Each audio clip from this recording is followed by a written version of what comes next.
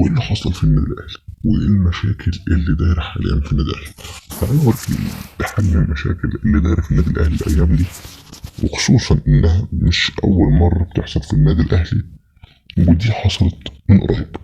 طيب، النادي الاهلي حاليا هيتعمل في اجتماع جمعيه عموميه بسبب ان في مشاكل سببها محمد رمضان. مين محمد رمضان؟ الراجل اللي هو ظهر على الشاشة بشكل مبالغ فيه جدا، راجل بتاع شو جامد جدا، حابب الشو واللقطة. طب محمد رمضان عمل ايه؟ محمد رمضان بعد الماتش العين الاماراتي قال لك انا همسك ابقى معدي نفسي. اذا كنت انت اللي عامل مشاكل ليه في الفريق يا كابتن محمد، انت مفيش حد بيحبك.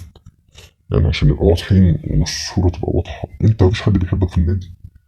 تمام، انت مفيش حد حبك في النادي. مش الكابتن محمود الخطيب ان هو اصلا جابك عشان انت صاحبه، فانت واحد تبقى مفروض ان انت تبقى على الهادي على اللعيبه، فخلاص يعني. لكن انت حاليا انت سبب المشاكل النفسيه للعيبه. ده ليه؟ فاهم الكابتن محمد.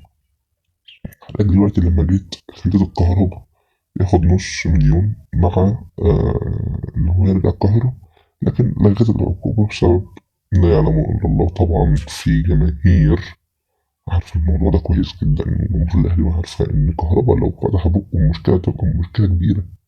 هتبقى مشكلة كبيرة لو كهربا فتح بقه واتكلم على اللي هو عارفه. طب تعالى واحدة واحدة كده نجيب الشريط من الأول. كابتن محمد رمضان جه بعد خسارة السوبر الأفريقي، تمام؟ طبيعي، طبيعي. لكن الخسارة دي مش أول خسارة للأهلي ولا تبقى آخر خسارة للأهلي عشان حضرتك تعمل الهرجة اللي أنت عملتها دي. تاني حاجة، إمام عاشور. إمام عاشور حاليا، هل فعلا إدارة الزمالك بتعمل ملف عشان تقدمه ضد إمام عاشور؟ غلط. مفيش حاجة من الحاجات دي كلها. إشاعات طالعة من ناس الزملكاوية. يعني اللي عامل الإشاعات دي ناس زملكاوية بتعمل إشاعات على النادي بتاعها. طب ليه؟ أنا مش فاهم. يعني أنت ليه تعمل إشاعات على النادي بتاعك؟ أنا مش فاهم لغاية دلوقتي. إمام عاشور ما عملش حاجة. يعني قال الجمهور بتقول إمام عاشور يا رايق، تمام. البت بيضة بتتضايق. طب إيه؟ ملهاش خالص إن تعمل على الزمالك. دي أول حاجة. تاني حاجة، رسالة جمهور الأهلي والله بجد يعني، وجمهور الزمالك. جمهور الأهلي، هل أنت مصدق إمام عاشور والكهرباء وياسر إبراهيم وعمر كمال عبد الواحد؟ هل أنت مصدق الأربعة دول بيحبهم من الأهلي؟ أنا لغاية دلوقتي مش لاقي تفسير.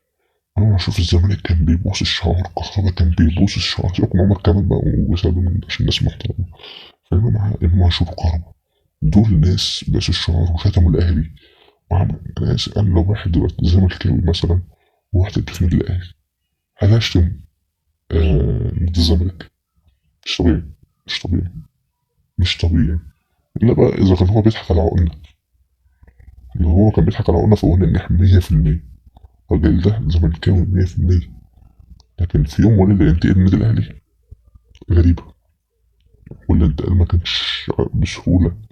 الانتقال كان صعب جدا، ظروف صعبة جدا، في يعني حاجات كتيرة جدا حصلت. فنتمنى توفيق للجميع.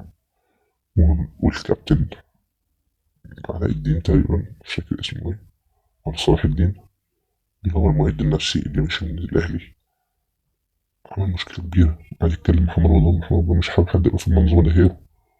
ف كابتن أحمد الخطيب، خلي بالك من الناس اللي انت معينها، مشاكل كبيرة جدا. السلام عليكم.